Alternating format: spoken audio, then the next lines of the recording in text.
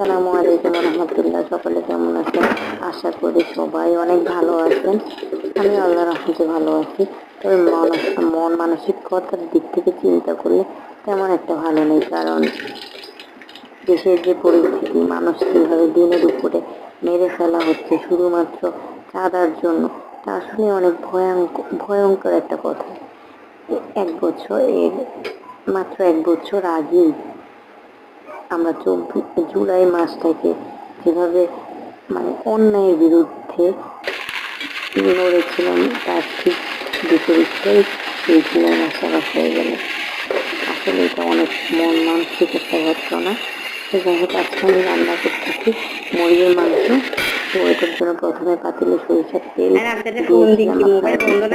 তারপরে পেঁয়াজ দিলাম, একটু লাল লাল হওয়ার পরে ওটার মধ্যে যোগ করেছি আপনার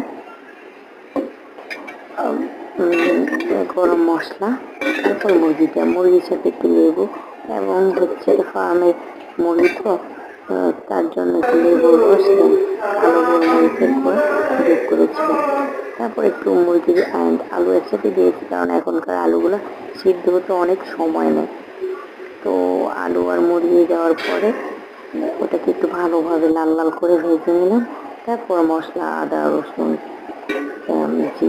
দিলাম, দিয়ে একটু কাঁচা পেঁয়াজটা এখন দিলাম, দিয়ে এটাকে বেশ ভালোভাবে নেড়ে চেড়ে নিলাম।